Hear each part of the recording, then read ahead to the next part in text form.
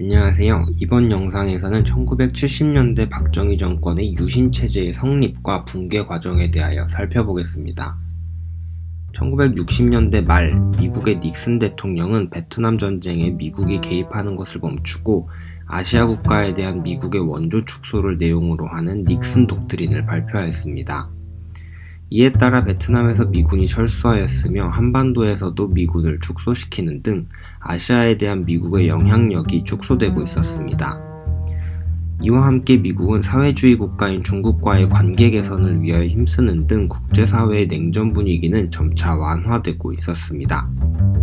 한편 이러한 닉슨의 중국과의 관계 개선은 반공을 강조한 박정희 정부에게는 상충되는 것이었습니다.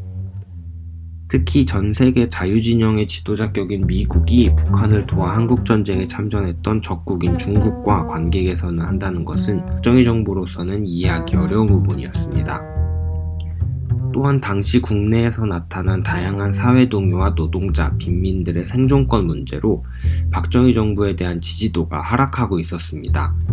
이에 박정희는 대북 정책의 변화를 꾀하였습니다. 1972년 중앙정보부장 이후락이 비밀리에 평양을 방문하고 북한의 박성철 부수상이 비밀리에 서울을 방문하는 등 극비리에 진행된 회담의 결과 남북한 정부는 1972년 7월 4일 서울과 평양에서 동시에 각각 방송을 통해 7.4 남북 공동성명을 발표하였습니다. 7.4 남북 공동성명의 내용을 살펴보겠습니다.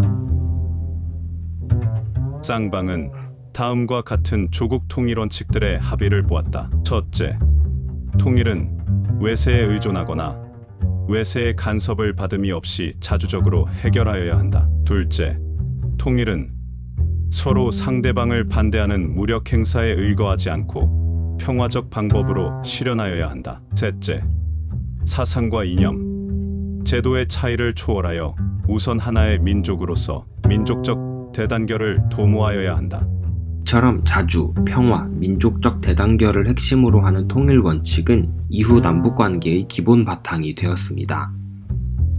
박정희 정부는 7.4 남북 공동성명을 근거로 통일을 위한 사회질서 유지의 필요성을 제기하며 전국에 비상계엄을 선포하고 국회를 해산시켰습니다. 그리고 대통령의 임기를 6년으로 하고 대통령의 중임 제한을 폐지하며 국회의원의 3분의 1을 대통령이 선발하도록 하는 내용의 유신헌법을 통과시켰습니다. 이에 더하여 국가 안전과 관련하여 대통령이 국민의 자유와 권리를 제약할 수 있는 초헌법적인 권한인 긴급조치를 발동할 수 있도록 하였습니다.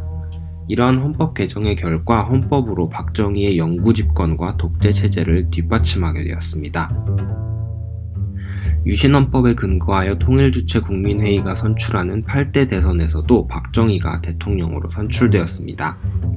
박정희의 유신정권은 유신헌법에 근거하여 유신체제에 저항하는 정치 세력에 대한 탄압을 강화하였습니다.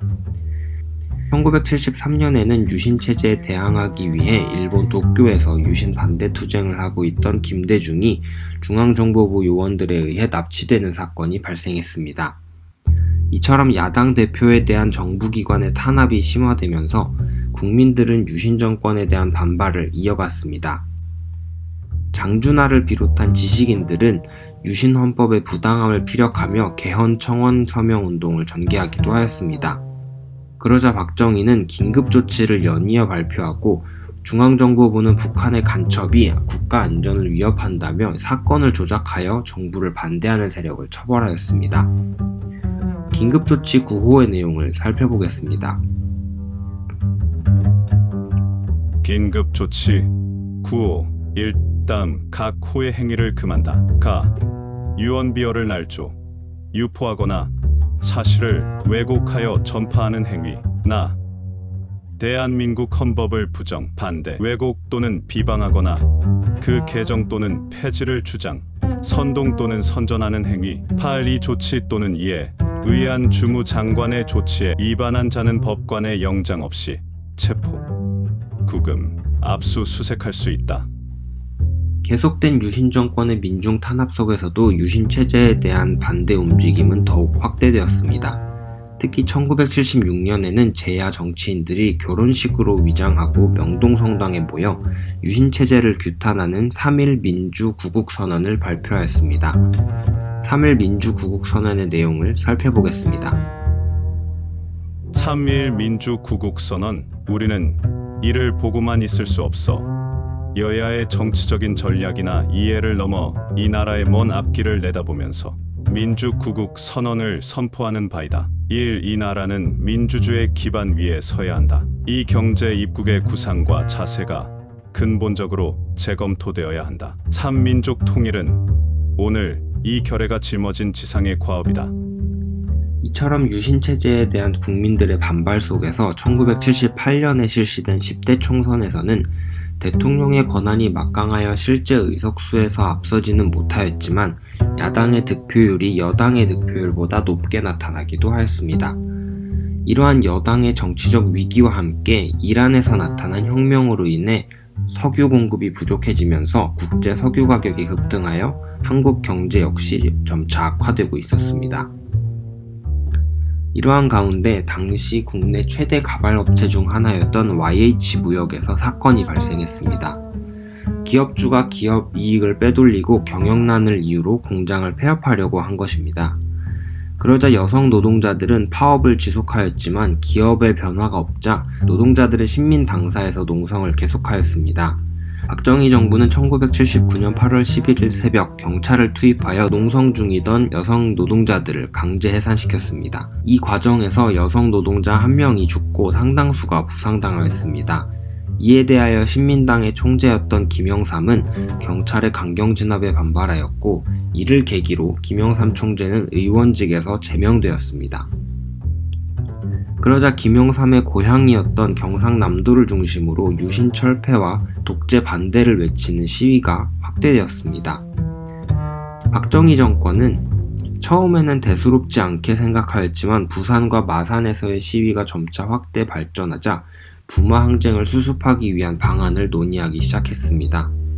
이 과정에서 강경파였던 대통령 경호실장 차지철은 탱크를 활용하여 시민을 탄압하고자 하였으며 중앙정보부장이었던 김재규는 국제정세를 고려하여 온건한 방향을 제기하며 갈등을 낳았습니다.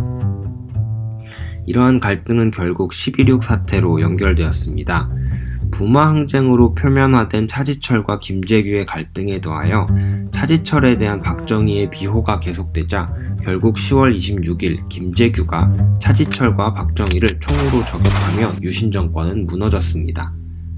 이번 영상에서는 1970년대 박정희 정권기 정치적 모습에 대하여 살펴보았습니다. 이번 영상에서 배운 내용을 정리해 보겠습니다.